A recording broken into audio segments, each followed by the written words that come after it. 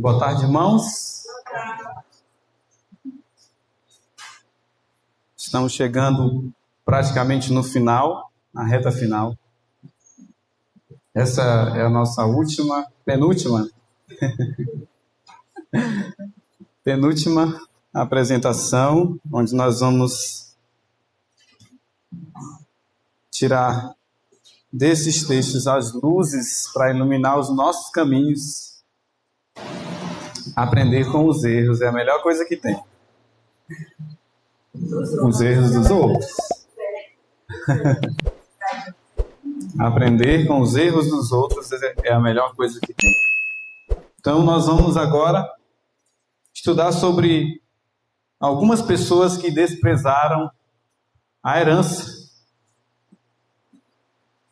E a gente, vendo essas histórias, fica se perguntando, mas por que por tão pouco? E talvez na eternidade, quando outros olharem para o caso de alguns, talvez pessoas que estão aqui, que desprezaram a herança, podem falar a mesma coisa. Então, eu não sei se vocês entenderam, mas nós temos que aprender com os erros dos outros. Caso contrário, nós podemos não chegar na herança. Abra sua Bíblia em Gênesis capítulo 25. Gênesis capítulo 25. E cresceram os meninos, e Esaú foi homem perito na caça, homem do campo, mas Jacó era homem simples, habitando em tendas. E amava Isaque a Esaú, porque a caça era de seu gosto, mas Rebeca amava Jacó. E Jacó cozera um guisado, e veio Esaú do campo, e estava ele cansado. E disse Esaú a Jacó: Deixa-me, peço-te, comer desse guisado vermelho, porque estou cansado. Por isso se chamou Edom. Então disse Jacó: Vende-me hoje a tua primogenitura. E disse Esaú: Eis que estou a ponto de morrer. Para que me servirá a primogenitura? Então disse Jacó: Jura-me hoje. E jurou-lhe e vendeu a sua primogenitura a Jacó. E Jacó deu pão a Esaú e o guisado de lentilhas. E ele comeu, e bebeu, e levantou-se, e saiu. Assim desprezou Esaú a sua primogenitura. Então aí nós temos detalhado o fato de que Esaú desprezou a bênção. Nós já começamos a entender que essa bênção não era algo físico, terreno, passageiro. Era algo eterno. E Esaú trocou algo eterno por um simples prato de lentilhas.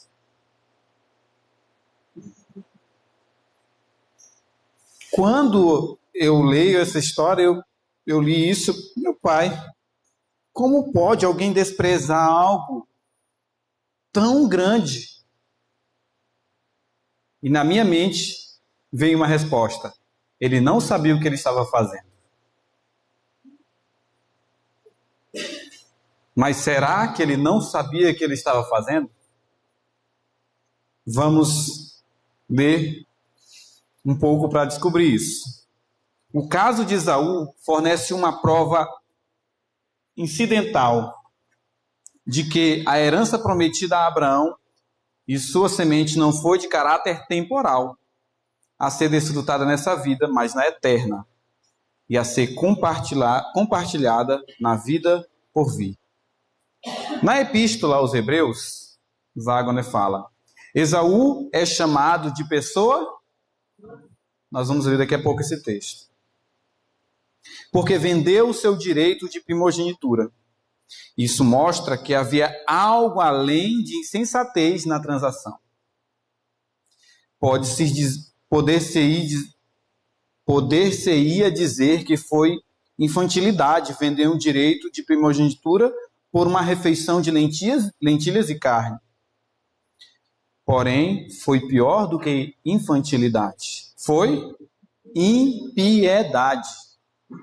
Isso mostrou que ele era tão infiel, nada sentindo a não ser desprezo pela promessa de Deus a seu pai. Foi um caso de impiedade.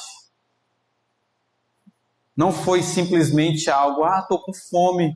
Não foi só isso. Ele diz, eis que estou a ponto de morrer. Para que me servirá o direito de primogenitura?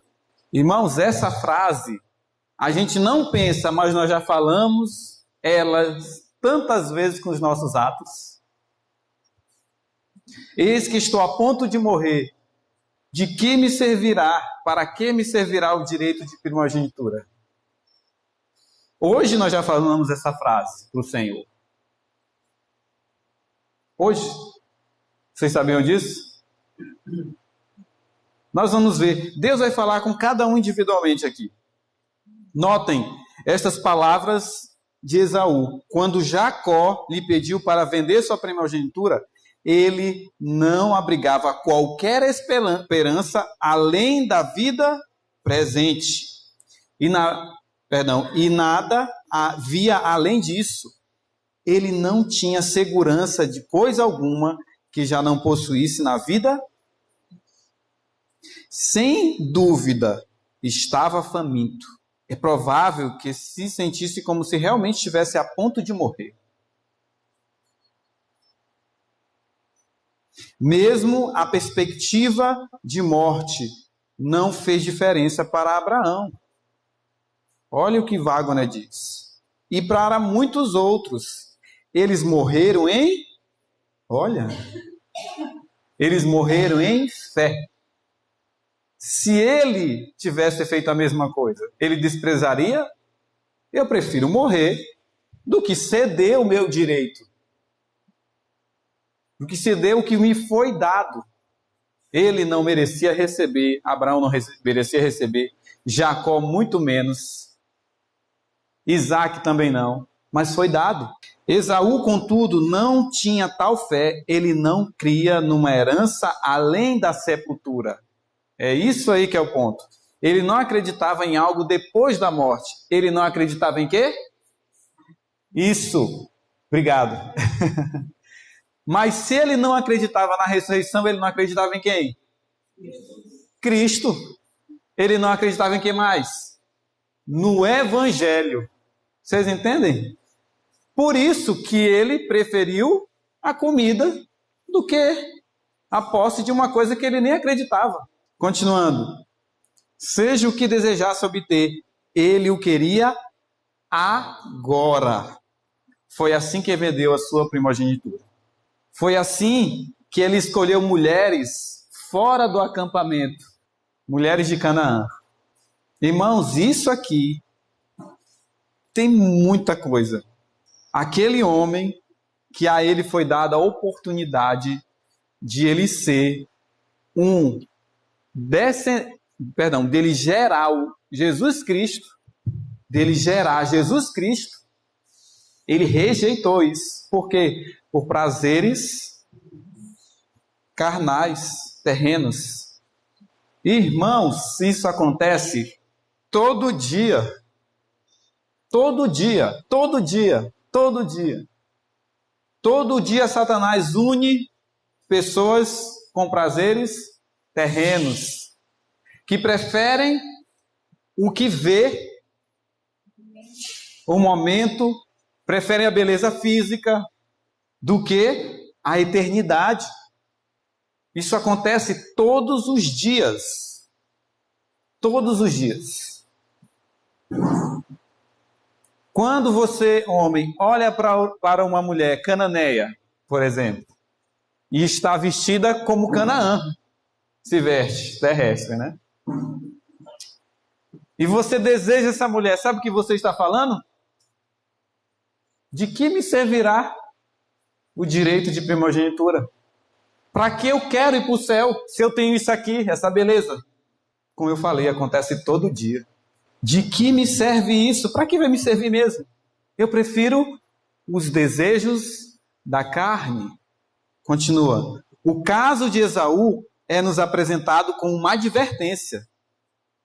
Esaú não foi a única pessoa tola e profana. Vamos abrir a Bíblia em Hebreus. Vamos ver o que o Senhor nos fala sobre esse caso. Hebreus capítulo 12, verso 14 a 17. Segui a paz com todos os homens e a santificação sem a qual ninguém verá o Senhor, examinando diligentemente para que nenhum homem fracasse da graça de Deus, para que nenhuma raiz de amargura brotando vos perturbe e por ela muitos sejam contaminados. E não haja algum fornicário ou pessoa profana, como Esaú, porque por um bocado de alimento vendeu o seu direito de primogenitura. 17. Porque bem sabeis, posteriormente, querendo ele ainda herdar a bênção, foi o quê? Porque não achou espaço para arrependimento, embora tivesse buscado cuidadosamente em lágrimas. Ninguém sabe quando o anjo do Senhor vai passar, selando. Ninguém sabe. Ninguém aqui sabe. Em nenhum lugar desse mundo sabe. Só Deus. Se o anjo do Senhor passa e me encontra olhando para uma mulher cananeia e desejando, sabe o que ele vai anotar? O que ele falou a respeito de Esaú. Esse aqui é uma pessoa profana. Esaú não foi a única pessoa tola e profana que existiu nesse mundo. Milhares têm agido assim. Continuando. O Senhor nos chamou a todos para compartilhar a glória da herança que prometeu a Abraão. Amém? Olha o que está dizendo. Deus me chamou e te chamou para compartilhar essa herança. Ele nos gerou de novo para uma viva esperança, pela ressurreição de Jesus Cristo dentre os mortos, para uma herança que é incorruptível, que é incontaminável e que não se pode murchar, guardada nos céus para vós, que mediante a fé estáis guardados para a salvação, já prestes para se revelar no último dia. 1 Pedro. Essa foi a forma como Esaú raciocinou. Ele estava a ponto de morrer de fome, ou pelo menos ele imaginava que estava, e desse modo abandonou deliberadamente o seu direito de primogenitura em troca de algo para comer. Mas, na sua maioria, os homens nem sequer esperam até estarem aparentemente a ponto de morrer de fome, antes de vender os seus direitos de herança por algo para comer. É isso que acontece. Wagner, ele explica no livro Conceito Eterno, ele continua falando, eu não coloquei essa parte, de que as pessoas às vezes rejeitam o sábado porque elas dizem assim: se eu não trabalhar no sábado, como eu vou comer? Vou morrer de fome. Ele fala, né? Ele dá esse exemplo. Ou seja, uma pessoa profana, que não confia que o Senhor é quem alimenta o seu povo, porque o Senhor prometeu fazer assim. Então, de que servirá? A maioria dos homens pensa assim, irmãos. E nós, às vezes, pensamos da mesma forma. Os homens geralmente não passam fome para servir ao Senhor. Somos inteiramente dependentes dele para a nossa vida e em todas as circunstâncias. E ele nos guarda quando estamos... E se ele nos guarda quando estamos pisoteando sua lei, acontece muito isso, ele certamente será capaz de nos guardar quando o estivermos servindo. É assim que o Senhor faz hoje. Ele guarda o povo mesmo pisoteando na sua lei. Se ele faz isso quando o povo está pisoteando a sua lei, agora imagine um povo que está guardando e o servindo. O Salvador declara que preocupar-se quanto ao futuro, temendo passar fome, é característica de quem? Paganismo. Os pagãos têm medo de morrer de fome. Os servos de Deus não têm medo de morrer de fome. E isso quer dizer o quê, irmãos, para nós? Sabe por que a gente come mais? Não é só por conta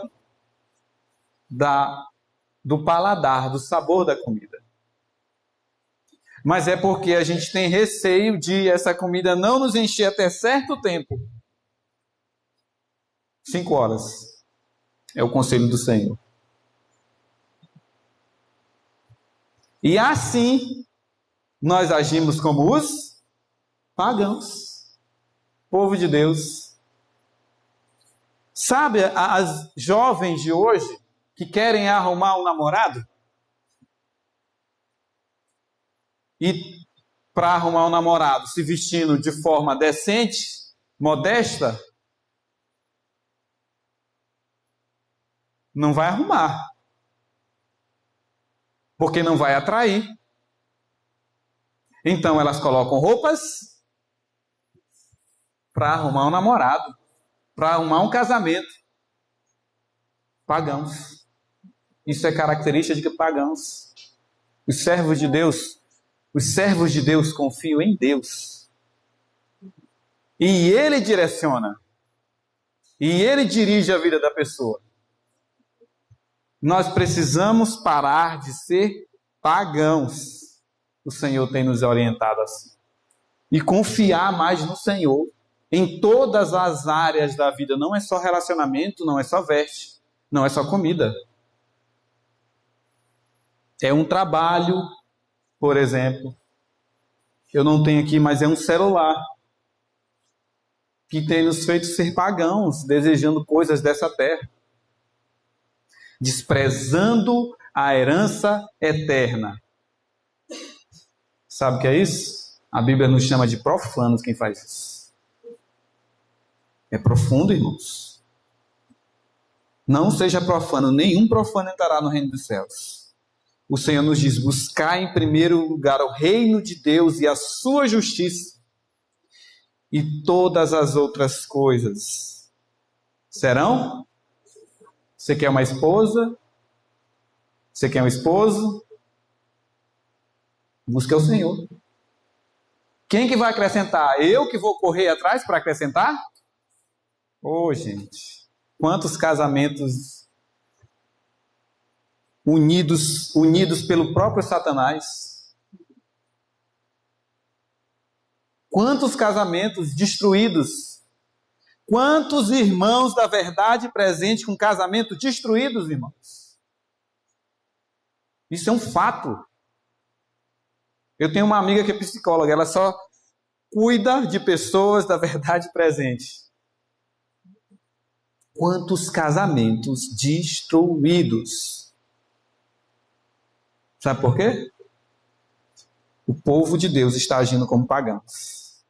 Não estamos buscando o primeiro reino de Deus. E Deus vai guiar. E Deus vai direcionar. Eu fiquei muito triste. Eu não acreditei quando eu ouvi ela falando. Ela não disse quem era, mas me contou alguns casos de pessoas que, externamente falando, são santas, mas têm uma vida desgraçada, têm uma família arrebentada, porque tomaram decisões baseadas na carne como Esaú. Irmãos, Satanás, ele está com um leão ao redor.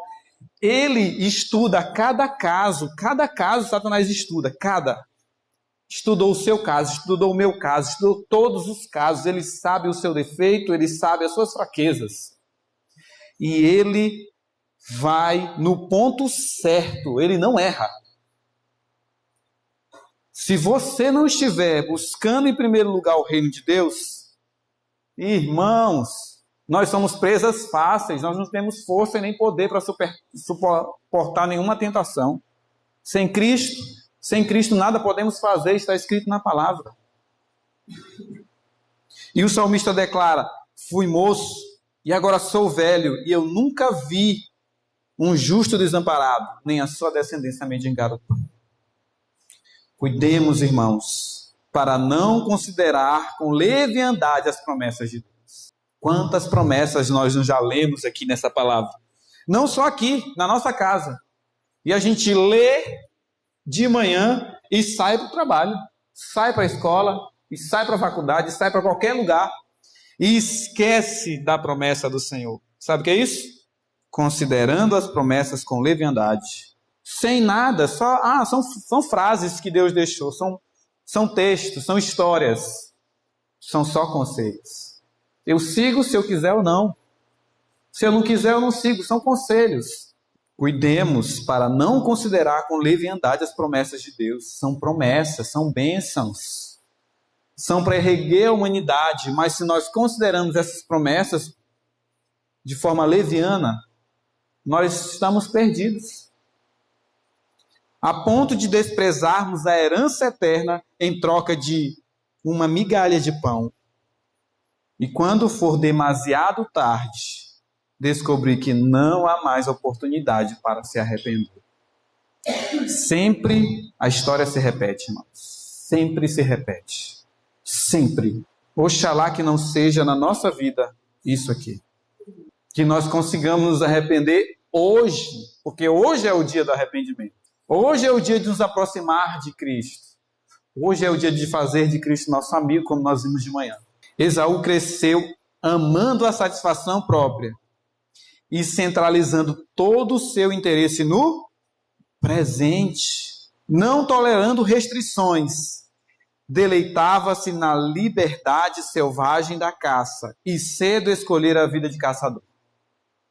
Ele cresceu com o seu interesse no presente, irmãos. No hoje, no agora, no que os olhos desejam. As promessas feitas a Abraão, olha o que o Senhor nos diz por meio da profetisa, e confirmadas a seu filho, Isaque, eram tidas por Isaque, e Rebeca como grande objetivo de seus desejos e esperanças. As promessas que Deus fez a Abraão. Que promessa foi essa? Herdar o reino do céu, o evangelho, a cruz. Foram essas promessas feitas a Abraão, e eles eram tidos por muita conta por Isaque e Rebeca. E com estas promessas, Esaú e Jacó estavam o quê? Interessante. Ele não era ignorante com relação à promessa. Isaque falou exatamente para ele o que era. Meu filho, isso aqui é eterno. Você vai ser o pai de Jesus Cristo, do seu Salvador. Ele vai tirar o seu pecado, ele vai morrer por você. Isso foi falado para eles dois, para Esaú e Jacó. Foram ensinados, Ellen White continua falando, a considerar a primogenitura como coisa de grande importância. Ele não era ignorante, pois que incluía não somente a herança das riquezas terrestres, mas a preeminência espiritual. Aquele que recebia essa primogenitura devia ser o sacerdote de sua família, e na linhagem de sua posteridade viria quem?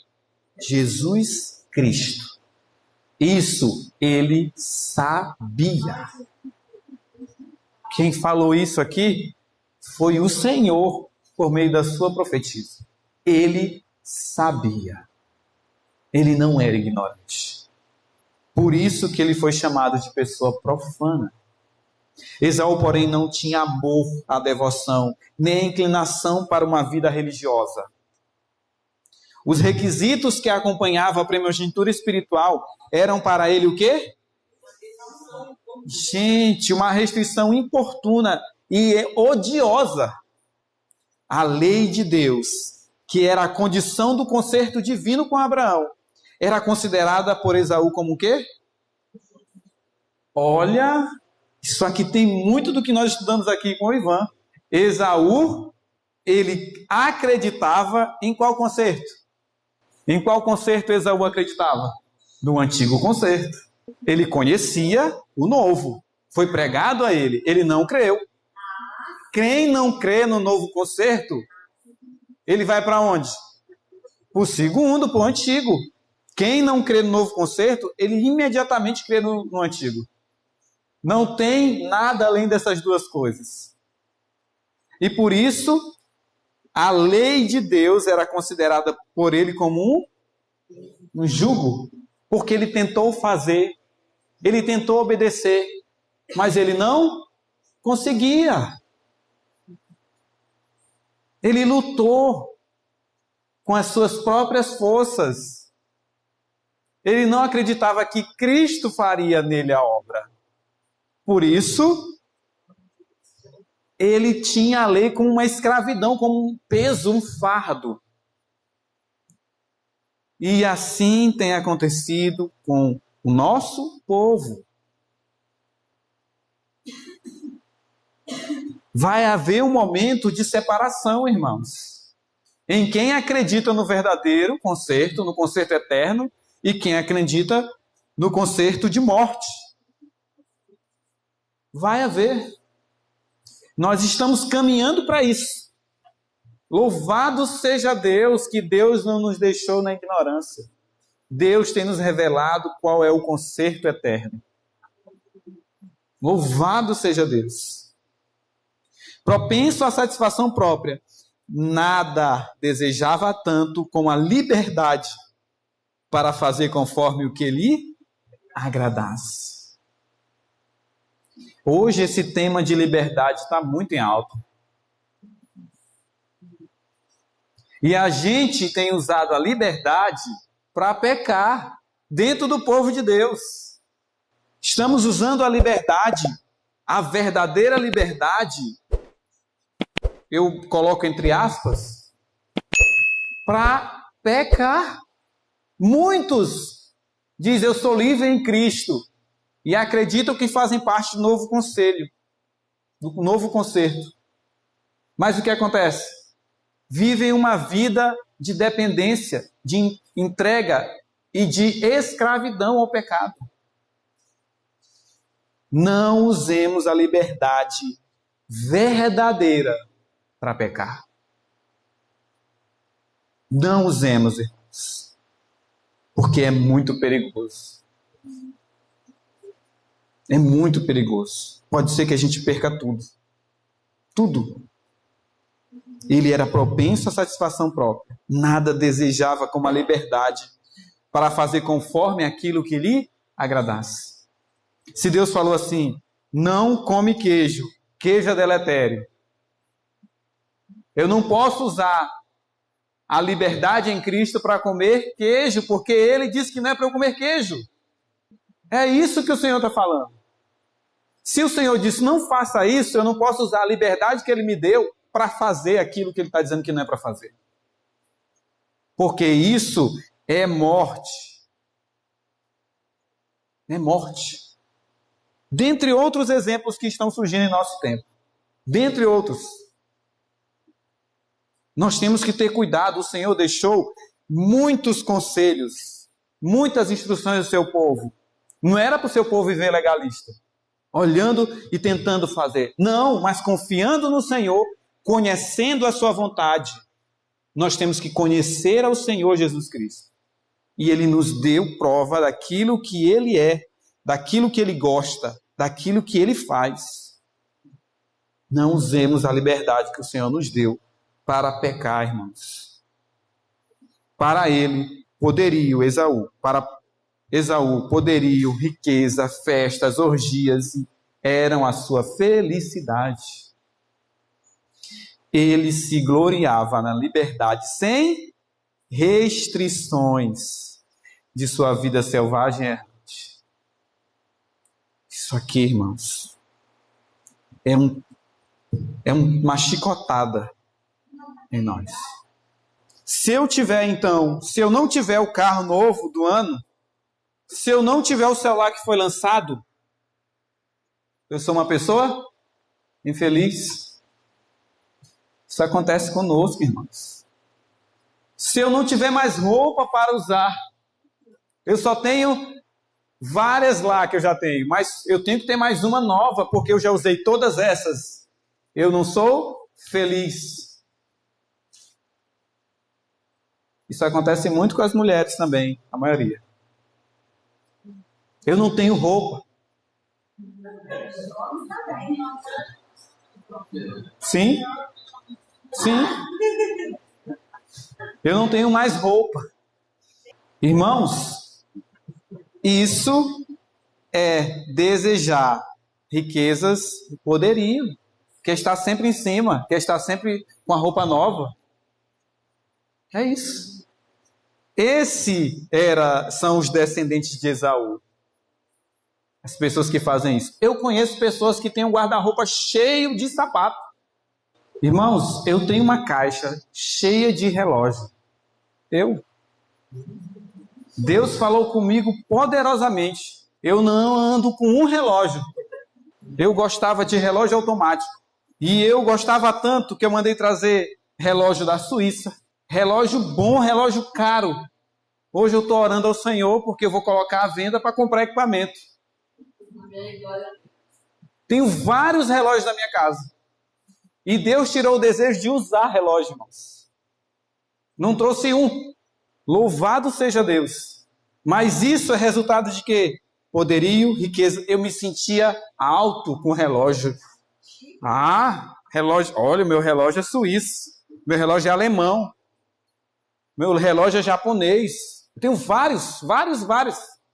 Então, amados, Deus tem falado conosco poderosamente, irmãos, para que nós deixemos as coisas do Egito. Essas coisas todas são do Egito. Orgia. A gente pensa que orgia é um monte de homem com um monte de mulher. Não é isso, não. Sim. Não é isso que Deus está falando. Orgia pode ser você desejar uma mulher que passe e você nem sendo casado. Isso é orgia. Você desejar uma pessoa e você sendo casado ou não sendo. É orgia também, irmãos. Festas. Irmãos. Já está... não, irmão, que é isso? Eu ainda não estou nem na metade dos slides. Já está acabando. Eu vou ter que pular para a próxima história. Então, é isso, irmãos. Festas. Chama a juventude da igreja para vir para orar. Não vou falar de juventude de igreja. Vamos falar de nós mesmos. As horas mais importantes da vida de Jesus, as horas que ele mais desejava, não era a hora do almoço, irmãos. Era orar, estar só com Deus. Era as horas mais importantes. E para nós, é o contrário. A gente pensa em passar meia hora de oração, a gente até... Misericórdia. Festas. Festas.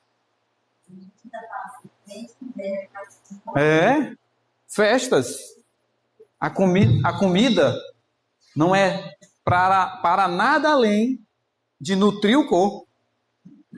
Não é para você se deleitar. É óbvio que uma comida saudável é gostosa. Se nós não tivermos um paladar deturpado também.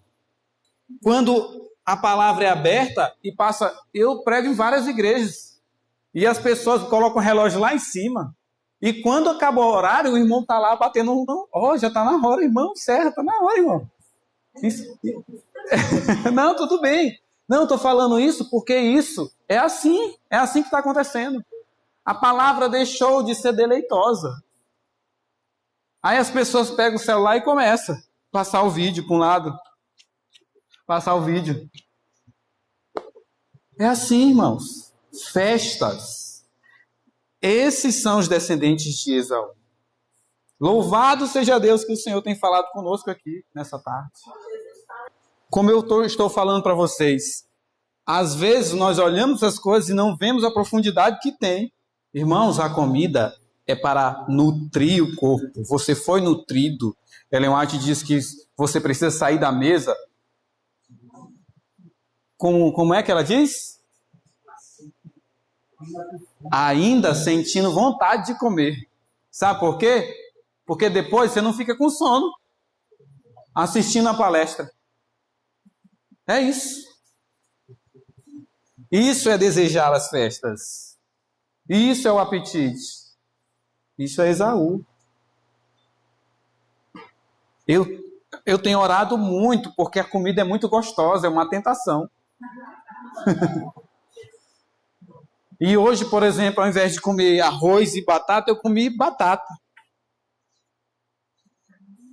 Ontem, coloquei um pouquinho, tive que caminhar, caminhei, voltei. Graças a Deus, esses dias que eu estou aqui, eu não estou sentindo sono em comer. Depois da comida, vim para a palestra, assisti.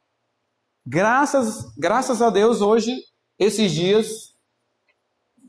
Mas isso, Deus teve que fazer um trabalho comigo. Deus teve que me mostrar, meu filho, festas, orgias. Deus teve que me mostrando. Não, isso não é mais para ser.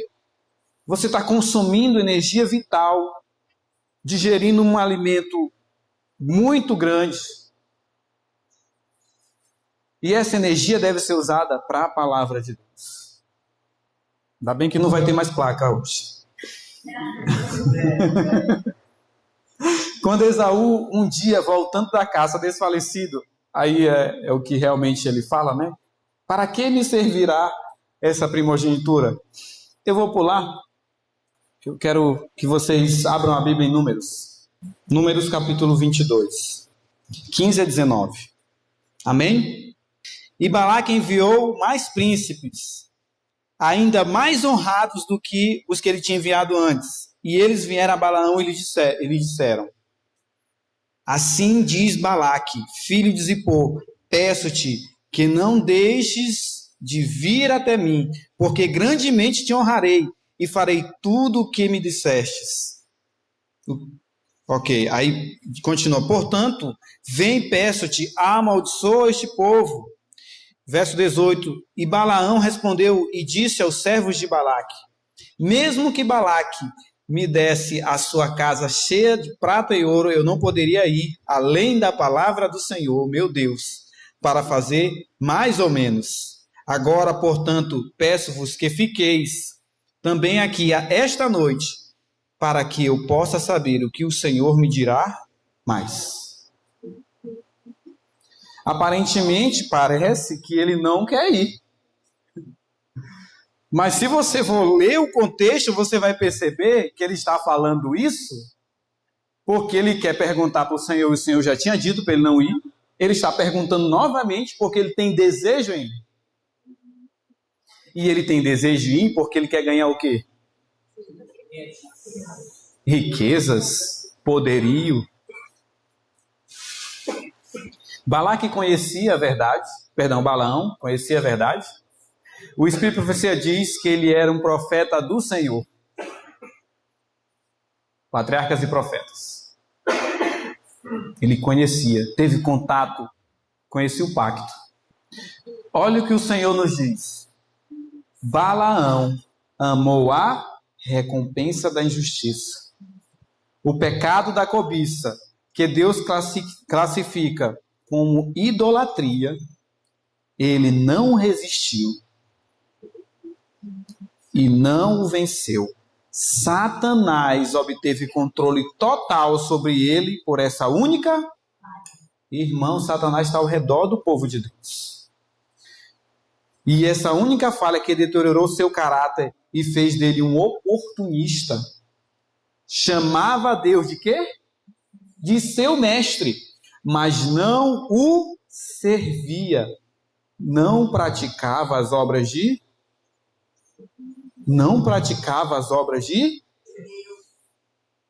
Quais são as obras de Deus?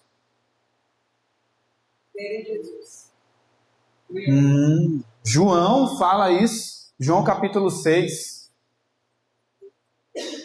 A obra de Deus é esta, que creiais naquele que o Senhor enviou, Jesus Cristo.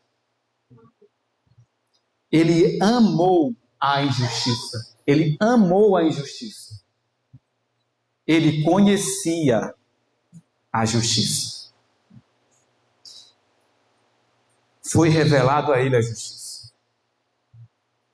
E olha, foi revelado. Ele não acreditou. E ele amou a justiça. O que foi que ele fez com o povo justo de Deus? Criou meios para destruir esse povo.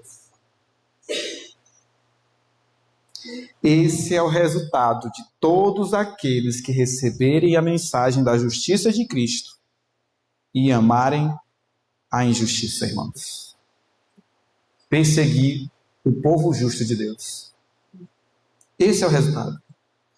2 Pedro diz assim: os quais abandonaram o caminho reto e errantes seguiram o caminho de Balaão, filho de Beor, que amava o salário da injustiça, mas foi repreendido por sua iniquidade, por um jumento mudo, falando com voz de homem, e impediu a loucura do profeta. Estes são, verso 17, estes são fontes sem água, nuvens levadas pela tempestade, para os quais a escuridão das trevas está reservada para sempre. Porque quando eles falam grandes palavras inchadas de vaidade, eles seduzem através das luxúrias da carne, através das muitas devassidão, através aqueles que tinham escapado daqueles que viveram no erro. Enquanto prometer-lhes liberdade, eles mesmos são servos de corrupção, para quem o homem é vencido, pelo mesmo ele é trazido à escravidão. Balaão amou o prêmio da injustiça, irmãos. Virou uma nuvem de trevas. A próxima história não precisa abrir, está em 2 Reis 5, o irmão falou, Geazi.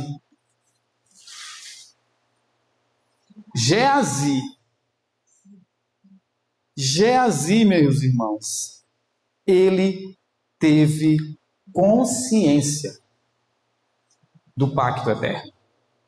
Ele aprendia com o profeta. Ele aprendia com Eliseu. Balaão falava com Deus. Deus respondia a Balaão.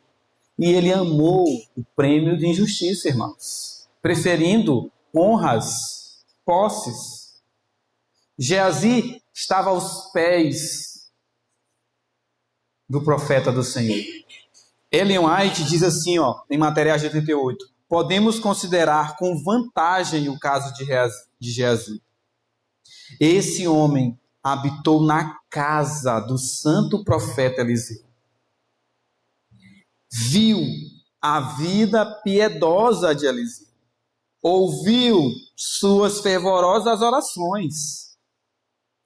E sua inculcação de princípios, como é que se inculca? O Senhor fala isso em Deuteronômio. Assentado, andando, deitado. Não era assim? Eliseu pregou o evangelho a Geazi, irmãos. Ele estava do lado do profeta do Senhor. Recebeu orientação. Mas desejou o prêmio da injustiça. Preferiu honras terrenas. Preferiu orgias, os prazeres. Ele se tornou da terra de Edom. Edom é Esaú. Lucas, esse é o último texto que nós vamos abrir. Um jovem foi até o encontro de Jesus e pediu para que ele mediasse uma herança. E Jesus conta uma parábola. E nessa parábola ele diz assim, vamos ler a partir do verso 14. E ele disse: Homem, por que você me fez por juiz e divisor de voz? Acautelai-vos e guardai-vos da cobiça, porque a vida do homem não consiste na abundância das coisas que ele possui. Sabe o que Jesus estava falando? A sua vida consiste, a sua verdadeira vida consiste na fé que você tem em Jesus Cristo. No pacto que Deus fez com você. Foi isso. Continuando. Então ele contou a parábola, no verso 16. A terra de um homem muito rico produziu com abundância, e ele pensava consigo mesmo, dizendo: que farei, pois não tenho espaço para guardar meus frutos? Compra um guarda-roupa novo, que cabe mais roupa. E sapato. É assim. E ele disse: farei isto, vou derrubar o guarda-roupa, vou derrubar o celeiro, vou edificar e vou fazer maior. E ali colocarei todos os meus frutos e os meus bens. E eu direi à minha alma, tens em depósito muitos bens para muitos anos, descansa, come, bebe e alegra-te. Orgia, prazer, injustiça. Mas Deus lhe disse: tolo, esta noite te pedirão a tua alma. E de que serão essas coisas que tu tem guardado? Assim é aquele que para si ajunta tesouros, não é rico para Deus. É assim, irmãos, desse jeito, nem preciso explicar. O Senhor nos diz: multidões estão a vender seu direito de primogenitura pela satisfação sensual. A saúde é sacrificada, as faculdades mentais enfraquecidas, e perdido o céu. E tudo por um simples prazer temporário. Que Deus nos ajude a jamais desprezar a herança eterna.